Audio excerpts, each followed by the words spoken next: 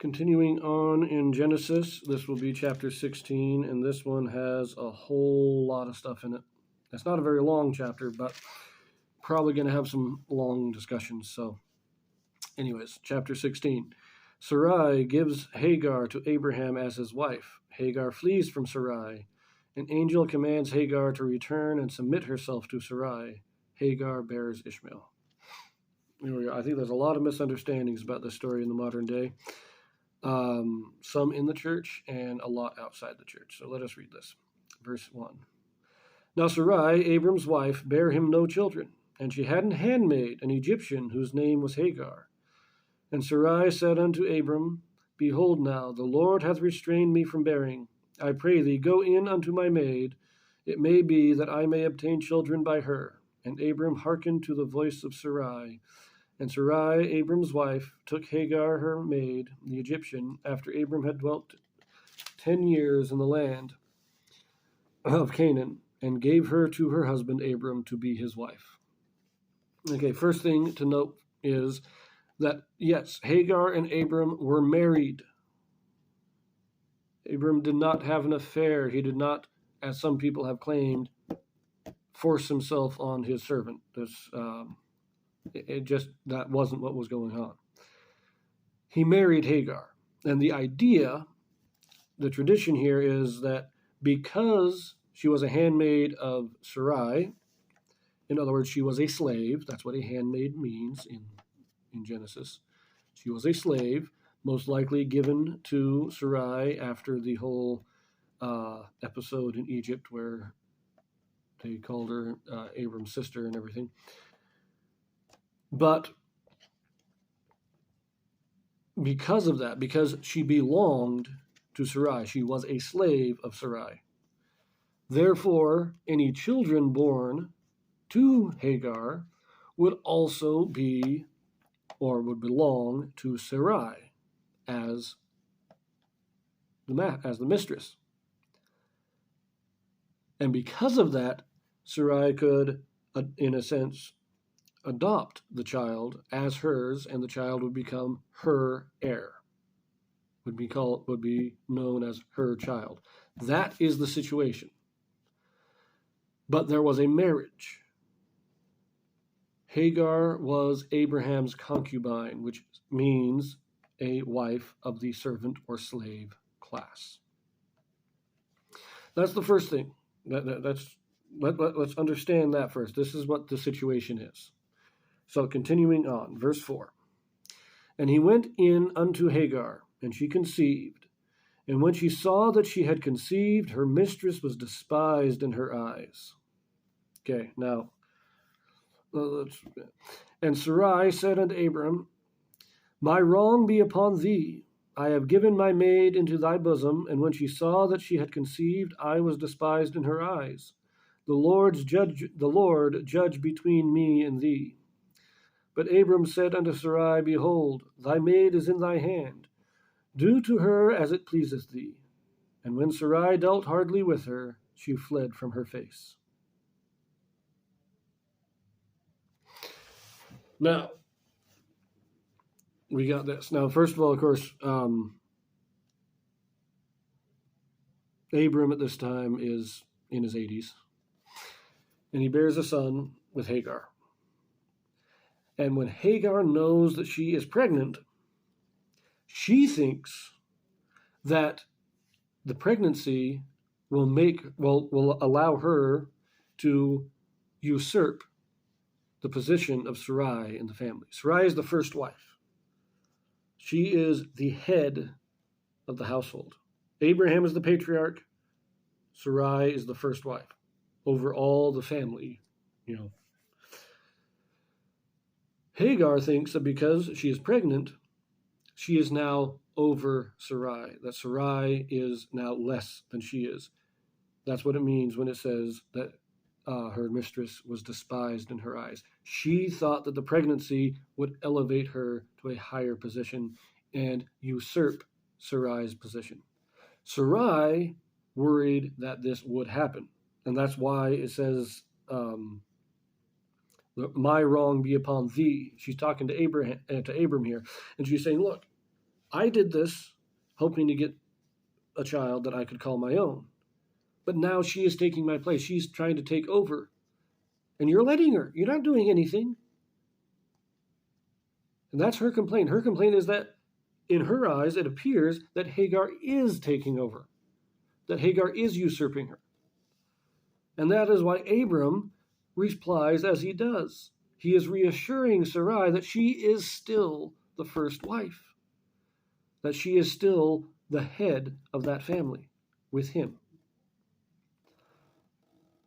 Do to her as it pleaseth thee. Behold, thy maid is in thy hand. She is still in the authority. Abram is reassuring her. They're saying, I'm not doing anything because it's your right to do it. You're supposed to be keeping her in line. She's your handmaid. If she's getting out of line, you deal with it. And so she did.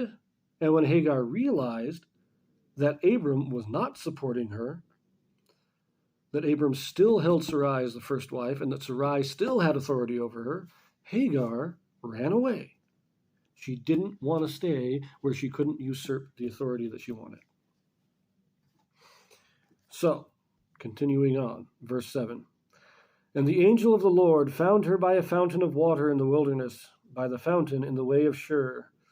And he said, Hagar, Sarai's maid, whence camest thou, and whither wilt thou go? And she said, I flee from the face of my mistress Sarai. And the angel of the Lord said unto her, Return to thy mistress, and submit thyself under her hands. And the angel of the Lord said unto her, I will multiply thy seed exceedingly, that it shall not be numbered for multitude. And the angel of the Lord said unto her, Behold, thou art with child, and shalt bear a son, and shalt call his name Ishmael, because the Lord hath heard thy afflictions. So, the name Ishmael means God hears. So, I like that. And he will be a wild man. His hand will be against every man, and every man's hand against him, and he shall dwell in the presence of all his brethren. And she called the name of the Lord that spake unto her, Thou God seest me. For she said, Have I also have looked after him that seeth me? Wherefore the well was called Beer Lahairoi. Behold, it is between Kadesh and Bered. And Hagar bare Abram a son, and Abram called his son's name, which Hagar bare, Ishmael. And Abram was 86 years old when Hagar bare Ishmael to Abram. 80. A score, of course, is 20, so 80 is 80. He was 86 when Ishmael was born.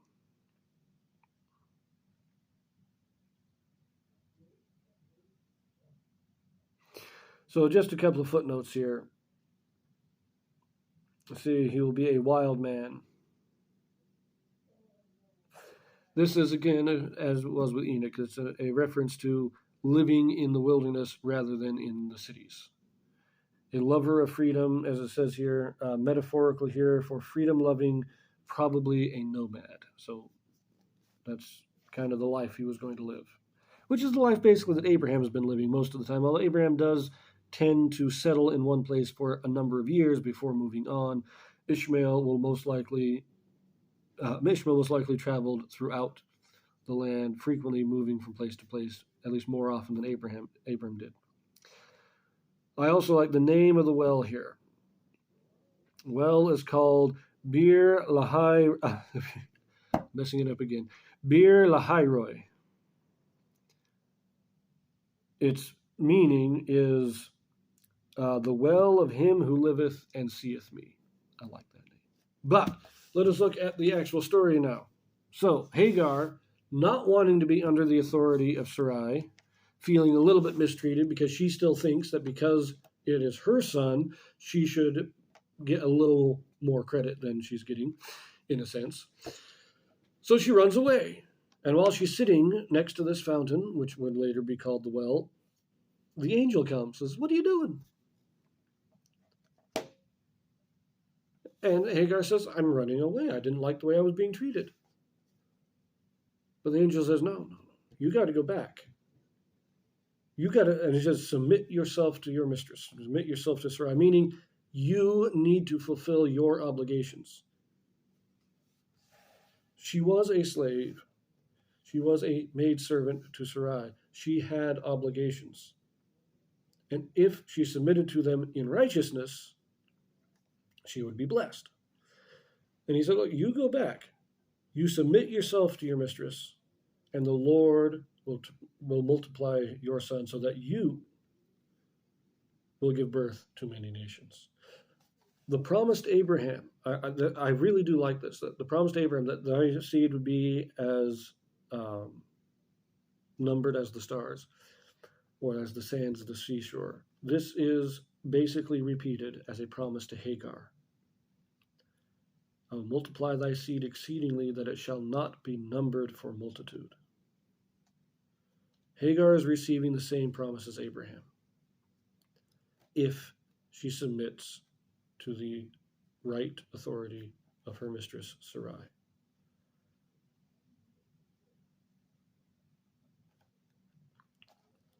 A lot of people talk about how evil Abram and Sarai are in the story. This is a story about Hagar, how she thought that she could elevate herself beyond what she was supposed to be, beyond her own position. She rebelled against the laws of God, the covenant of God that he had made with Abraham, that he had made with all the faithful patriarchs. Hagar was rebelling against that covenant. And she ran away because she wasn't allowed to. She was put in her place. She was reprimanded, chastised for that rebellion. But she repents, she returns, she lives the covenant, and she becomes the mother of many nations.